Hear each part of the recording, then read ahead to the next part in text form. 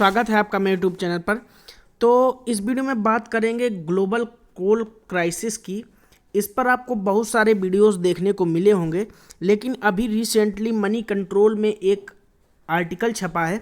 उस आर्टिकल को मैंने पूरा पढ़ा है और उस आर्टिकल का जो पूरा सार है वो इस वीडियो में मैं आपको बताने की कोशिश करूंगा। देखिए, इसके द्वारा कितने सारे शेयर्स इम्पैक्ट होंगे। एक तो पूरा आपका पावर सेक्टर इम्पैक्ट होता है, दूसरा कोल सेक्टर इम्पैक्ट होता है, सप्लाई चेन बाधित होती है, तो बहुत सारी चीज़ें इफेक्ट हो जाती हैं।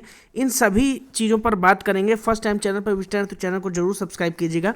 देखिए, जो लोग केवल ये जानने आए हैं कि कौन कौन से शेयर इम्पैक्ट होंगे, तो उनके लिए समझना भी जरूरी है कि कोल के कारण पावर के कौन कौन से स्टॉक्स ऐसे हैं जो इम्पैक्ट होंगे।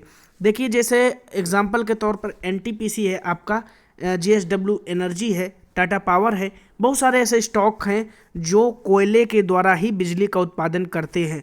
अब कितने प्रतिशत कोयला ये विदेशों से आयात करते हैं और कितना ये कोल इंडिया या फिर इंडियन कोयले पर निर्भर करते हैं, ये सब जानने वाली बात है। ये सारे आर्टिकल में बताया गया है, इस वीडियो में पूरा एनालिसिस करेंगे। चलिए शुरू करते हैं अपनी बात को यहाँ से। देखिए, आर्टिकल में क्या क्या कहा गया है। Global coal crisis is playing out big, wins lose at home. कौन जीतता है कौन हारता है यहाँ पर अपने जो शेयर मार्केट है उस पर। देखिए, सबसे पहले तो हमको ये समझ लेना ज़रूरी है कि कोल इंडिया एक ऐसी कंपनी है जो इंडिया में कोल की सप्लाई करती है। लेकिन जब कोविड आया तो उसके कारण बहुत से जो लॉकडाउन लगे उसके कारण जो प्रोडक्शन इनका कम हुआ, इसकी वजह से कोल की डिमांड जैसे आफ्टर कोविड पोस्ट कोविड एकदम से बढ़ी। विदेशों में क्या है, डीकार्बनाइजेशन यानी कार्बन उत्सर्जन को लेकर जो डेवलप्ड कंट्रीज़ हैं उन्होंने पहले ही किया हुआ है कि उनको कोयले का उत्पादन धीरे धीरे कम करना है, कोयले पर अपनी निर्भरता घटानी है। जिसके कारण क्या हुआ कि कोरोना के बाद कोल के प्रोडक्शन में बहुत ज़्यादा कमी आई। और जो चाइना में इस समय है, चाइना में क्या चल रहा है, चाइना में जो क्लाइमेट है वो इस समय बहुत ही ज़्यादा गर्म है, यानी वेदर बहुत गर्म है। जिसकी वजह से हुआ क्या है कि इनकी जो कोल की डिमांड है, यानी चाइना अभी 60% अपनी बिजली, 60 to 70% बिजली जो बनाता है वो कोयले से ही बनाता है। लेकिन जब ये गिर गया है इनका उत्पादन, क्योंकि चाइना का एक टारगेट है और वो टारगेट क्या है, 2060 तक कार्बन उत्सर्जन से ये लोग मुक्त होना चाहते हैं। यानी कोयले से जो कार्बन उत्सर्जन होता है उससे ये लोग छुटकारा पाना चाहते हैं, जिसकी वजह से इन्होंने इन्वेस्टमेंट कम कर दी है अपने कोल सेक्टर में, और उसी के कारण इन्वेस्टमेंट कम होना। और दूसरी बात, कोरोना में वैसे भी जो प्रोडक्शन कम हुआ, तो ये सब मिलके एक कोयले का संकट पैदा कर दिया चाइना के सामने। और ना केवल ये संकट चाइना के सामने है बल्कि इंडिया के सामने भी, कई पावर कंपनीज के सामने। ऐसा भी जानने को मिला है कि 4 दिन का ही केवल कोयले का स्टॉक है, 2 दिन का ही केवल कोयले का स्टॉक है, जिसके कारण कोल इंडिया ने अपने प्रोडक्शन को डबल किया। अब देखिए, यहाँ पर समझने वाली बात है, with coal availability being impacted in China turn towards imports due to supply side issues, excessive rain and COVID-19 related on production and other restrictions in countries such as Indonesia, Russia, South Africa. Coal market remained tight which led to higher prices in the rest of the world. तो ये बात आपको समझ में आई होगी। उसके बाद यहाँ पर आर्टिकल के अगले अंक में ये कहा जाता है कि 75 to 80% of the domestic coal consumption coal accounts is nearly 70% India electricity. यानी भारत की जो 70% बिजली बनती है वो कैसे बनती है, कोयले से उत्पादन होता है बिजली का। ठीक है, अब 75 to 80% डोमेस्टिक कोल कंजम्पशन का भारत आयात करता है, यानी 75 से 80% इस बिजली को बनाने में जो कोयला यूज़ होता है वो भारत के आयात से होता है, ना कि केवल कोल इंडिया की सप्लाई से। तो based on August September 2021 import numbers है slowly and steadily reduced imports coal due to rising prices. यानी कोयले के अंतर्राष्ट्रीय बाजार में डिमांड बढ़ी तो दाम बढ़े, दाम बढ़े तो इम्पोर्ट में धीरे धीरे भारत ने कमी की है, ये बताया जा रहा है।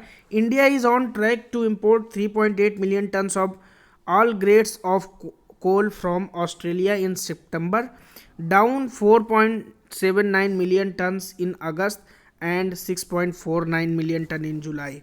यानी कि भारत ने इस बार सितंबर में 3.8 मिलियन कोयले का आयात किया है, जो कि 4.79 मिलियन टन्स अगस्त में आयात किए गए और 6.4 मिलियन टन्स जुलाई में आयात किए गए से कम है।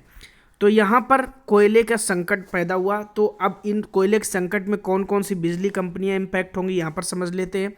देखिए, NTPC and others do not have much dependence. NTPC पे ज़्यादा डिपेंडेंस नहीं है कोयले का, क्योंकि ये अपना जो काम है कोयले से जितना coal is except to Tata power, Adani power, इन तीनों शेयर्स में कोई ज़्यादा फर्क नहीं पड़ना। देखिए, NTPC and others do not have much of a dependence on the imported coal except the Tata power and Adani power and JSW energy. यानी कि टाटा पावर, अडानी पावर और जेएसडब्ल्यू एनर्जी में फ़र्क पड़ने वाला है, एनटीपीसी पे नहीं। क्योंकि एनटीपीसी क्या है, केवल ये कंपनियां जो हैं केवल 2% अपनी ज़रूरत का कोयला विदेशों से मंगाती हैं, बाकी इनका घरेलू कोयले से ही काम चल जाता है। जेएसडब्ल्यू एनर्जी के केस में चीज़ थोड़ी डिफरेंट है। इन्होंने 45% कोयले के डिपेंडेंसी बाहर से आने वाले कोयले पर है, यानी इनके सामने एक बड़ा संकट है, यानी इनके बिजली उत्पादन में एक संकट आएगा। बाकी एनटीपीसी में 2% ही यूज़ होता है।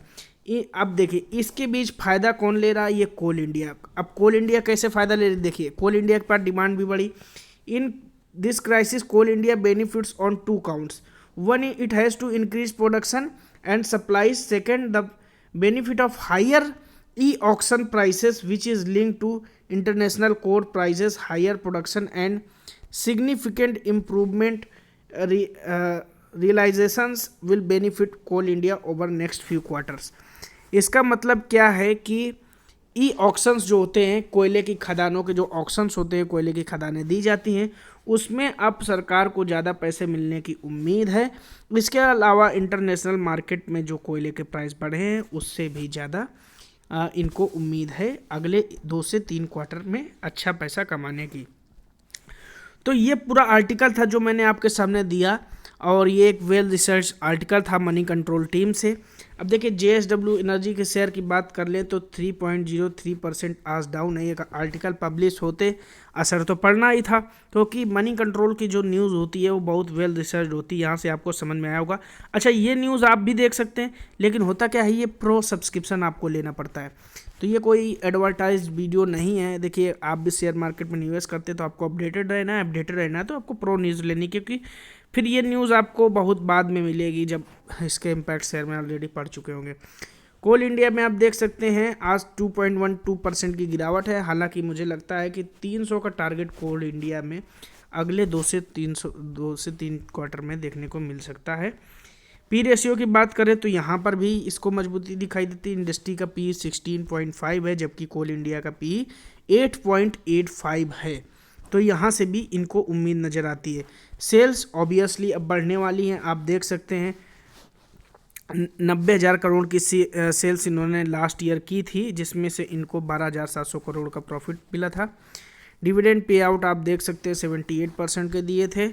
बात कर लें अगर इनकी बैलेंस शीट की तो रिजर्व्स 30,355 करोड़ के पड़े हुए हैं, जबकि केवल 5,883 करोड़ का कर्जा है, तो ना के बराबर कर्जा मुकाबले इनकी बैलेंस शीट के। आज की ट्रेडिंग डेट की बात करें तो 1,20,00,000 से भी ज़्यादा शेयर्स उठाए गए हैं डिलीवरी में, जिस समय मैं वीडियो बनाना हूँ। 3,47,99,736 शेयर ट्रेड होने के बाद 34.67% की डिलीवरी देखने को मिल रही है।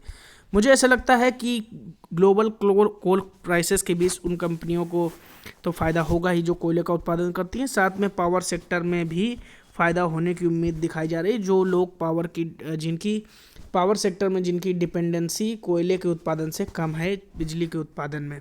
तो वीडियो आपको कैसे लगा कमेंट बॉक्स पे जरूर बताइएगा, और अगर आप फर्स्ट टाइम मेरे चैनल पर विजिटर है तो चैनल को सब्सक्राइब कीजिएगा। Thank you for watching. जय हिंद।